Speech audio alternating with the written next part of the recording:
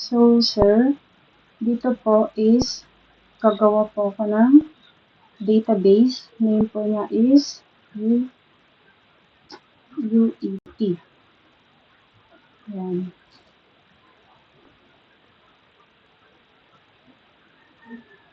And then, sir, gagawa na po ako ng table. Create table student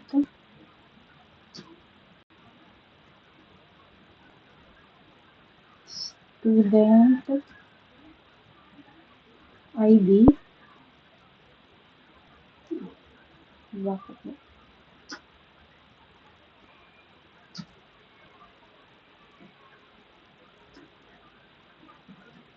Ayan. And auto increment. Tapos po, primary key. Sir, bakit po pala auto increment po? Kasi po is para automatic po siya na madadagdagan. Sir, primary key po is dahil unique po siya, ganun. And then, student name, varchar, 100, email, varchar, 100,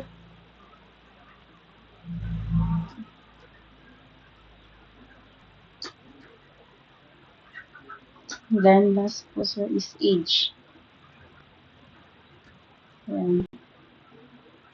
Sir, bakit po varchar? Kasi po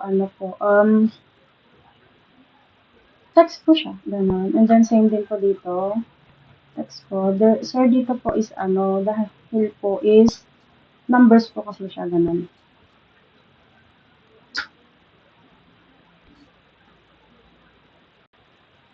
And then, dito na po siya, sir.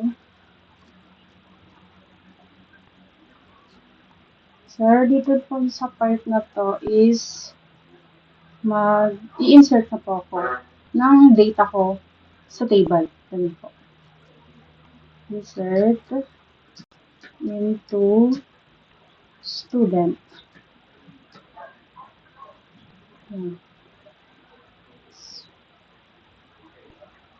Student name, email, age.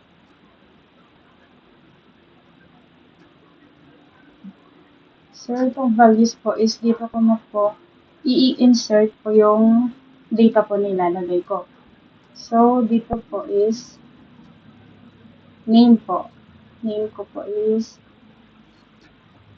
Rosemary.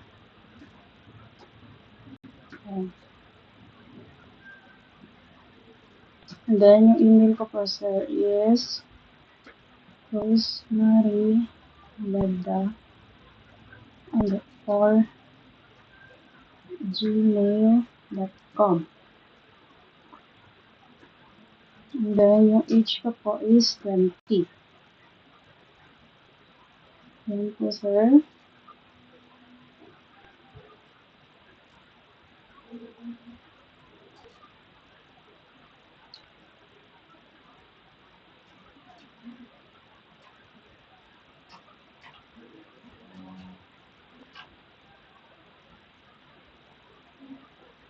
So, dito po is, i-check ko na po siya kung nailagay ko pa po siya or hindi, sir. So, ito po, meron po siya, nakalagay po, Rosemary, yung student name. Sir, ito po yung email ko. And then, ito po yung age ko, sir. Sir, yun lang po.